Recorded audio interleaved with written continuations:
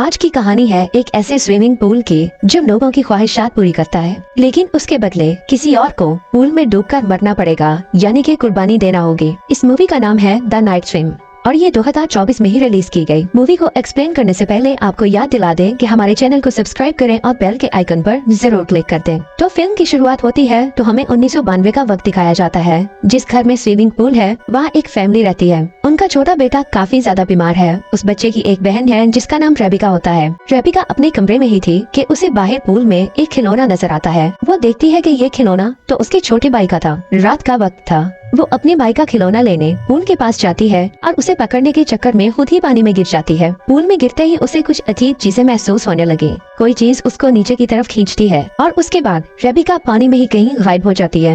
अब scene shift होता है आज के टाइम में, यानी प्रेजेंट में। हमें एक और फैमिली दिखाई जाती है। हस्बैंड का नाम होता है रे वॉलर, उसकी वाइफ का नाम होता है ईव और इनके दो बच्चे इजी और एलियट। इस फैमिली की कहानी कुछ यूँ है कि रे एक बेसबॉल प्लेयर होता है और फिर उसके साथ कुछ बुरा हो जाता है जिसकी वजह से वो काफी बीमार हो जाता है। रे अब कोई काम नहीं कर सकता था और ये उसके लिए काफी तकलीफ बात थी, इसलिए ईव ही जॉब करती है। इनके पास जो भी पैसे थे ये उन पैसों का एक घर खरीदना चाहते थे ताकि हमेशा उसमें रहें। फिर एक दिन इन्हें एक घर नजर आता है जिसके बाहर हाउस फॉर सेल लिखा होता है। ये लोग अपनी एक जान पहचान वाले रियल एस्टेट से उस घर के बारे में बात करते हैं और फिर इन्हें वो घर दिखाया जाता है। घर तो काफी अच्छा बना हुआ था, लेकिन एक चीज जो इन सबको अपनी तरफ अट्रैक्ट करती है वो था इस घर में बना हुआ स्विमिंग पूल। रे को पूल के पास खड़ा देखकर ईव उसके पास जाती है तो रे उसे बताता है कि उसे बचपन से ही पूल काफी पसंद है। वो अपनी क्लास में अमीर बनने का दिखावा करता ताकि उसकी क्लास के अमीर बच्चे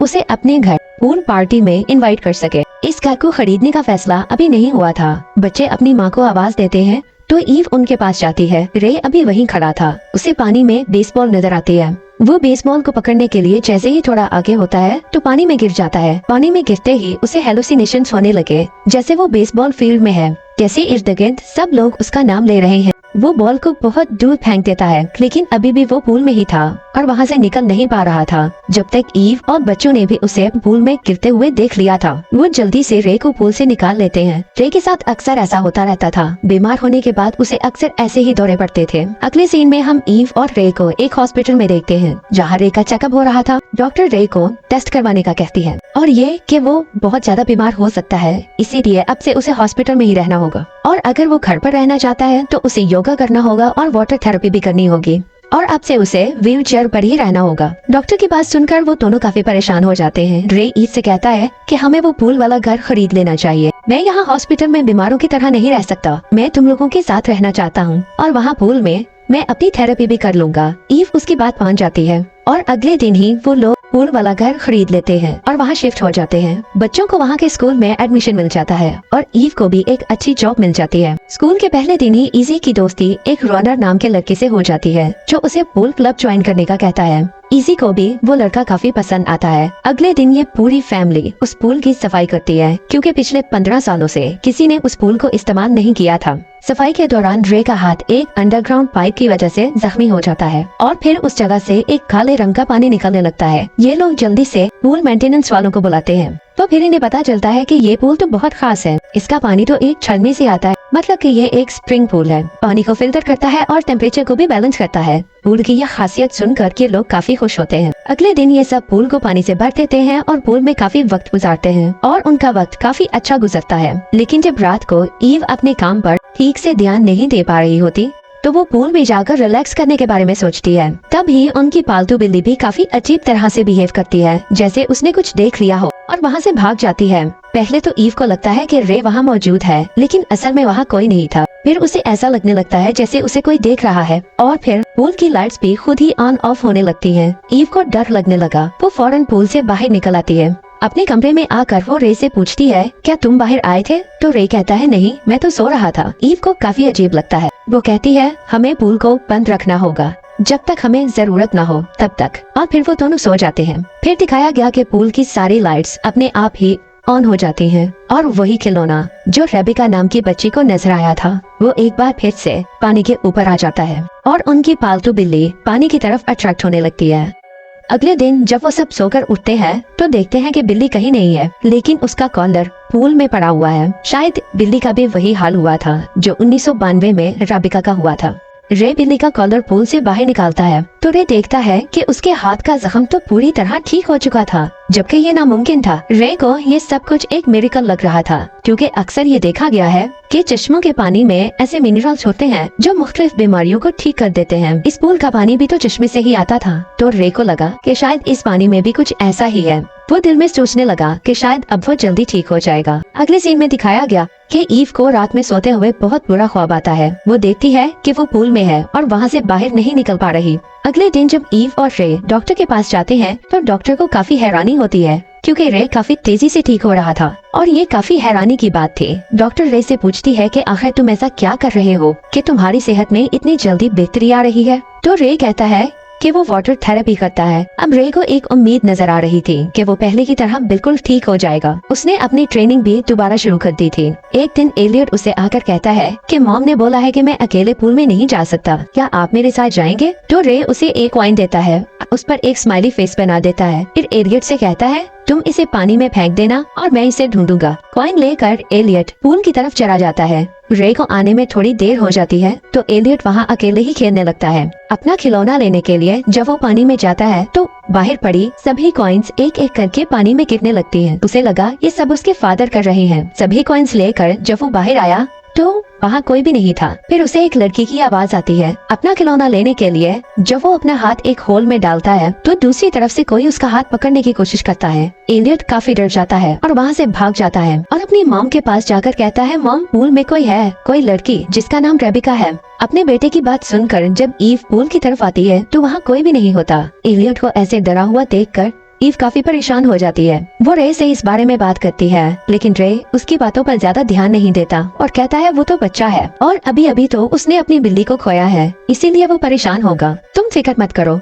अगले दिन उसकी बेसबॉल ट्रेनिंग थी तो पूरी फैमिली उसे देखने जाती है। एलियट का कोच जब रे को देखता है तो काफी खुश हो जाता है, क्योंकि रे एक जाना माना बेसबॉल प्लेयर था। वो पहले एलियट को मौका देता है। एलियट घबराया हुआ था लेकिन फिर भी अच्छा खेलता है। फिर कोच रे से कहता है क्या आप मेरे लड़कों को कुछ सिखाएंगे? बेसबॉल तो रे की जिंदगी थी। वो बैट को पकड़ लेता है। पहला बॉल वो मिस कर देता है, लेकिन जब कोच उसे दूसरा मौका देता है तो रे को वो वक्त याद आता है जब वो पूल में गिरा था। वो बॉल को बहुत दूर फेंक देता है। अपनी इस शॉट पर रे खुद भी हैरान था। अब उसे लगा कि जैसे वो ठीक हो रहा है और अब तो वो कई कई घंटे पूल में गुजार देता था। उसे लगा जैसे ये पूल उसकी जिंदगी बदल देगा। कि ईव और एलियट पूल में नहीं जाते थे। अगले दिन जब रे और ईव कहीं गए हुए थे तो उनकी बेटी इजी अपने फ्रेंड रोनन को अपने घर इनवाइट करती है। दोनों पूल में ही होते हैं। इजी ने अपनी आंखें बंद की तो रोनन चुपके से पूल से बाहर आ जाता है। तभी इजी को एक साया नजर आता है। उसे रोनन समझकर जब वो उसे पकड़ने लगती है तो कोई चीज उसे अंदर की तरफ खींचने लगी। वो एक बदसूरत शक्ल की एंटिटी थी जिसने इजी का पैर पकड़ा हुआ था। वो काफी मुश्किल से बाहर आती है और आते ही रोनन पर भड़क जाती है कि तुमने मेरे साथ ऐसा मजाक क्यों किया? लेकिन वो उसे यकीन दिलाता है कि मैंने कुछ नहीं किया, मैं तो बाहर था। जरूर तुम्हारा पाँव फिल्ट्रेशन पाइप में फंस गया होगा। अब तो इजी को भी अपनी माँ और भाई की तरह एहसास होने लगा था कि पूल में कुछ न कुछ गड़बड़ तो जरूर है। एलियट अपनी बहन से कहता है कि तुमने भी देखा ना कि पूल में कुछ मसला है, हमें मॉम डैड से बात करनी चाहिए। लेकिन इजी उसे किसी से कुछ भी कहने से मना कर देती है। वो कहती है यहाँ पर आने के बाद हमारे साथ सब अच्छा हो रहा है, डैड भी ठीक हो रहे हैं। मैं जानती हूँ पूल की वजह से अगर हमें खुशी मिली है तो डर भी लग रहा है, तुम किसी से कुछ नहीं कहोगे। फिर ईव और रे अपने घर में एक पूल पार्टी अरेंज करते हैं और अपने सभी जानने वालों को बुलाते हैं।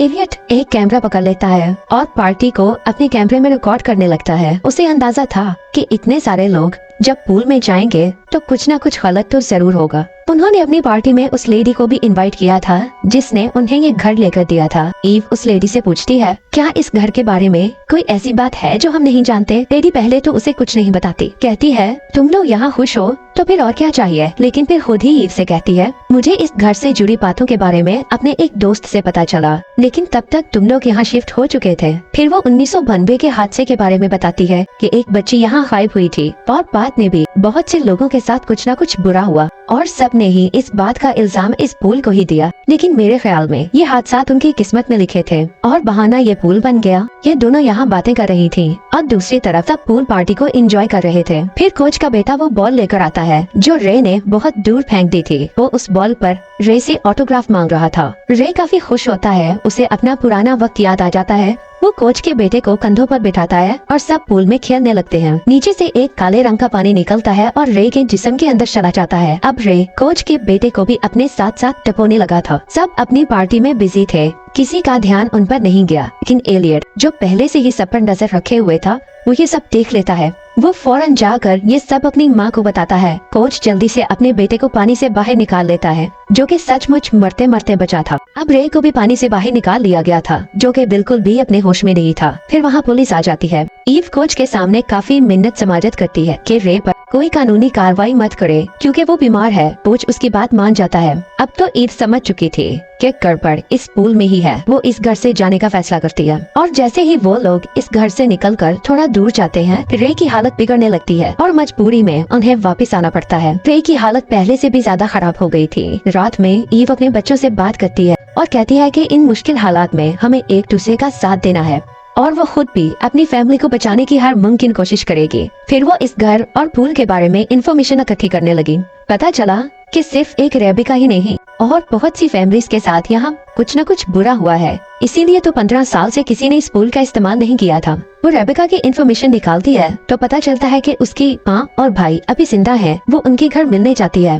रेबिका की मॉम काफी बूढ़ी हो चुकी थी। ईव जब भी उनसे रेबिका के बारे में पूछती वो घुमा फिरा कर जवाब देती और टाल मटोल करके बात बदल देती। फिर आखिरकार ईव उसे अपने हस्बैंड रे के बारे में बताती है और ये भी कि मैं उस पूल के बारे में सब जानती हूँ। और फिर जाकर वो लेडी बताना शुरू करती है। वो कहती है उस पूल का पानी बहुत खास है। बहुत सालों पहले जब वहाँ घर नहीं बना था तो वहाँ एक चश्मा हुआ करता था। कुछ लोग उस पानी का राज जानते थे कि उससे बीमार लोग ठीक हो जाते हैं। मेरा बेटा भी काफी बीमार था और मेरी जिंदगी की सबसे बड़ी ख्वाहिश यही थी कि वो ठीक हो जाए। लेकिन हर ख्वाहिश के लिए कोई न कोई कुर्बानी देनी पड़ती है और मैंने अपनी बेटी की कुर्बानी दे दी। तुम्हें भी कुर्बानी देना होगी। ईव को उस औरत की बातें सुनकर बहुत बुरा लग रहा था कि उसने अपनी ही बेटी को मरने के लिए छोड़ दिया था। वो कहती है किसी बीमार को ठीक करने के लिए कुर्बानी तो देना ही पड़ती है। जैसे जैसे वो पूल का राज बता रही थी उस औरत के जिस्म से काला पानी निकलने लगा था। उसकी हालत बिगड़ने लगी थी। ईव को कुछ ठीक नहीं लग रहा था। वो फौरन वहाँ से बाहर निकल आती है। वो अपनी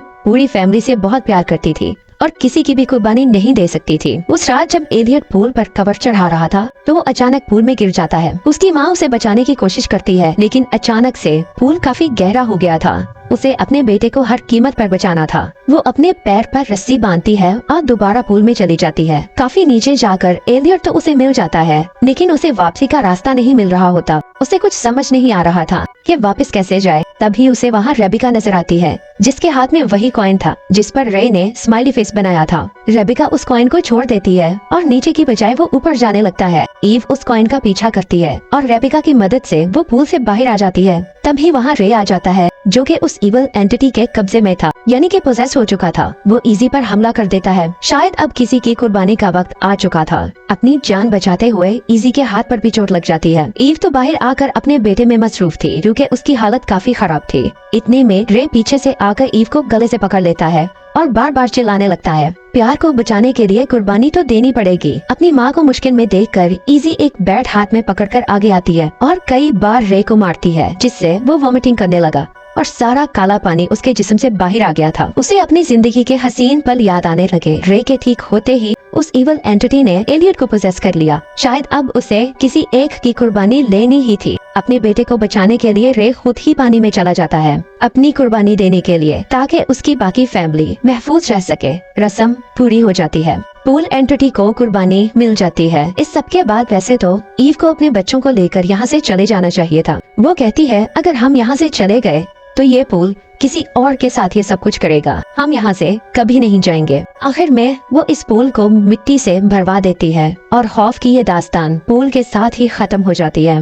और इसी के साथ मूवी का दी एंड हो जाता है। मूवी कैसी लगी कमेंट्स में जरूर बताइएगा। लाइक या डिसलाइक आपकी चॉइस है। Thanks for watching.